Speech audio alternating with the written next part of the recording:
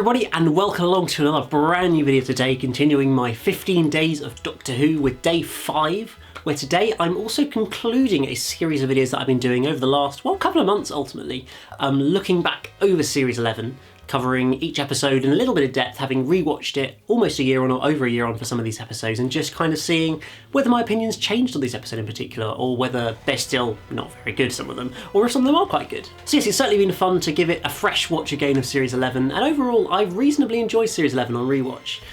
I feel like some of the worst episodes I've enjoyed slightly more, but also some of the ones I thought were the best episodes I haven't enjoyed maybe quite as much. So kind of overall it's turned out to be a fairly solid series, but I don't feel like it has any particularly massive highs to it, like some of the previous series did, for example. But today we're concluding this series of videos by looking back at Resolution, the New Year's Day special from this year. It's kind of crazy to think, given that we're at the 27th of December and it's almost the very, very end of the year, that this episode actually aired in 2019. All the way back on New Year's Day, that's what, 359 days ago or something along those lines, which was also the last episode of Doctor Who that we got to see that aired. Even though it feels like an absolute lifetime ago, we've almost made it through this complete gap year of Doctor Who from New Year's Day 2019 to New Year's Day 2020 with Spyfall. So yes, unlike what we're going to get with Spyfall in next week, where it's not really written as a New Year's Day special, it's just episode 1 of the series, Resolution was very much written as a New Year's Day special. We obviously didn't have a Christmas special for the first time in Doctor Who in late 2018 and Christmas 2018. It was the first time we hadn't had it, but instead they decided to do a New Year's Day special, which aired, as I say, on New Year's Day about 3 weeks after Series 11 itself had ended. Now, based on the title and actually watching the episode, I think it's fairly clear to see that Resolution is very much a part of Series 11. It feels like the sort of almost the epilogue to Series 11, the very much, to some degree, the kind of proper finale to the series, for me at least. Because as I discussed in the previous video, the Battle of Ranskoor Av Kolos is not a terrible episode, but also doesn't feel like a particularly brilliant finale. It's not got the great high stakes. It resolves some character points, but not all of it. And I feel like Resolution really very much continues that and does actually resolve everything that's required for it to do in sort of a series finale almost. And also kind of having a bit of the higher stakes, the return of the Daleks and everything. I feel like it just ticks all those boxes where maybe Battle didn't do that. So I think it's important to kind of have that mindset going into it, that this isn't a sort of disconnected, silly little special episode like a lot of the Christmas specials were, where they didn't really have anything to do with the series. They were very festive and Christmassy and nothing much else, not much consequence to them. This feels like more of a big high-stakes story with a sort of almost series finale type vibe to it, but also a very well executed story, I think. Ultimately, I'd probably call this one of, if not the best episode of Series 11. Certainly the best episode that Chris Chibnall wrote, given that he wrote The One Who Fell to Earth, Ghost Monument, some of Rosa, but not really, I'm not counting that, Arrakis in the UK, The Serenga Conundrum, and Battles of Ranskoor Av Kolos.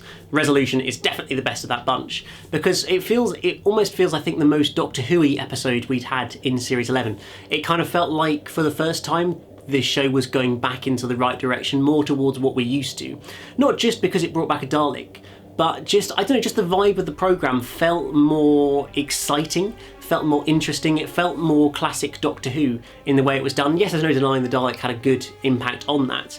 And what I think was so good about this story is it told a genuinely interesting and unique story to do with the Dalek. We'd met a new type of Dalek in these reconnaissance scout Daleks that left Skara at the very beginning, and this one had been crashed onto Earth and been destroyed thousands of years ago and suddenly had been awoken again. That's quite a cool idea, and meant that we saw this Dalek without its casing, without anything, having to sort of find its ways to fight its way back to life, essentially. It's such a cool idea, using a human, going to all these military research places to get all these different weapons and building a new casing, and it just showed how kind of clever a Dalek is and how resourceful it is, how it's got so much power and control that it can use to kind of even from just being a piece of gloop, really, their little spongy mutant thing, it was actually able to form itself into a proper Dalek once again, and almost defeat the Doctor, really. It wasn't that far away from doing that. So I thought that was really, really well done, a really good, interesting story to actually, for once, a fairly unique take on a Dalek story, which we don't really see very much in Doctor Who anymore, just because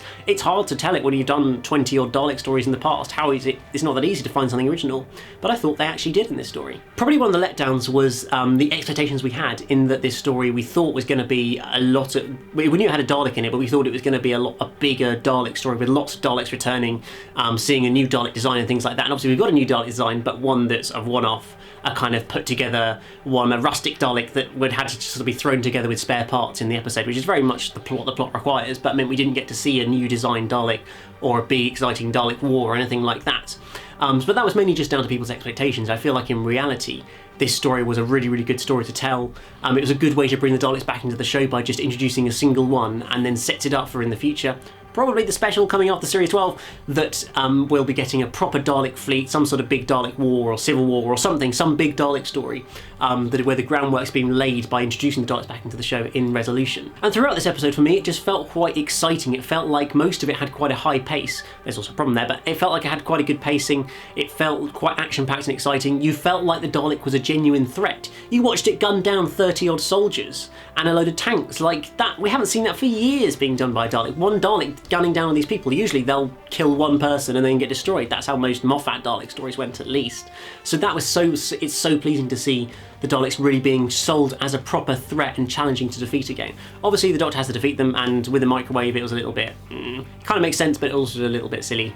But we got away with it, and it was okay. Now I do have to come on to some of the problems of this episode, which ultimately I think comes down to everything that's not to do with the main plot. So the main plot is the Dalek trying to regain control, trying to create its casing again, going through all these different places to try and do this, and the Doctor trying to stop it.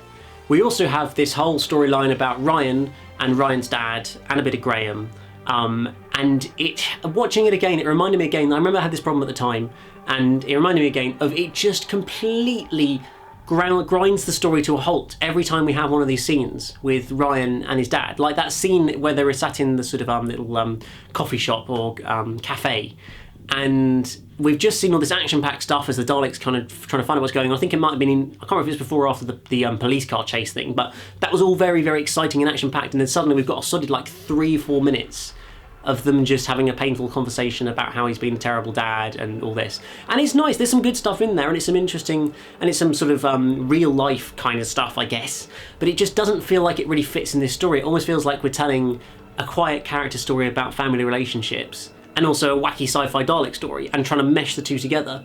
And for me, it doesn't quite work. I sort of would have preferred this to have been a 45-minute story where there was kind of cut out all of the nonsense about Ryan and his dad, because I completely understand why they did it, and it does kind of ultimately complete the character arc of the series for Ryan and Graham, and Ryan's dad in sort of being introduced into that, and Ryan ultimately forgiving his dad at the end and saying he loves him, which is a little bit...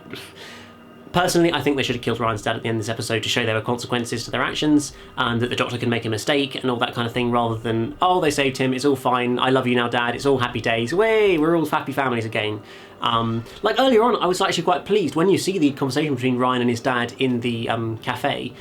Ryan's dad's trying to justify it all, and then Ryan's just like not having any of it, and like, no, you can't just buy it back that easily by just saying a few things. So I was like, that's real life, that's reality, that's really good.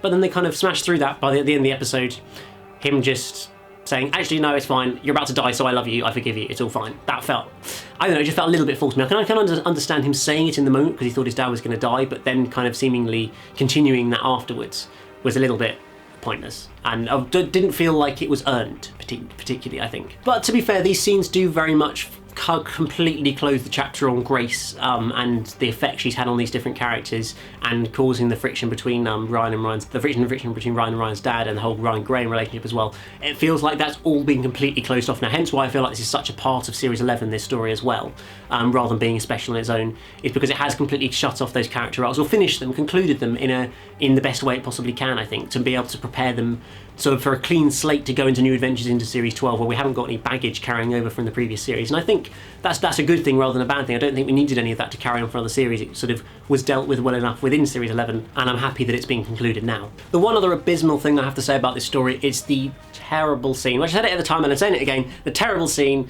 about the Wi-Fi that is just the most awful, unfunny, stupid scene that I cannot believe got through several producers okaying that and saying, yes, that's a great scene, let's keep that in the programme, where we have these ridiculous characters, this family we don't care about, saying, oh no, the Wi-Fi's down, what do we do now? Do we have to have a conversation? Ah ha ha ha, it's such a funny line. No, it's not, it's awful. I cannot believe it. Why did they do that? It just makes no sense to me. So yeah, I kind of cringed my way through that, and I was just shouting at the TV like, What are you doing? Why is this scene in this Doctor Who episode? It's not needed at all.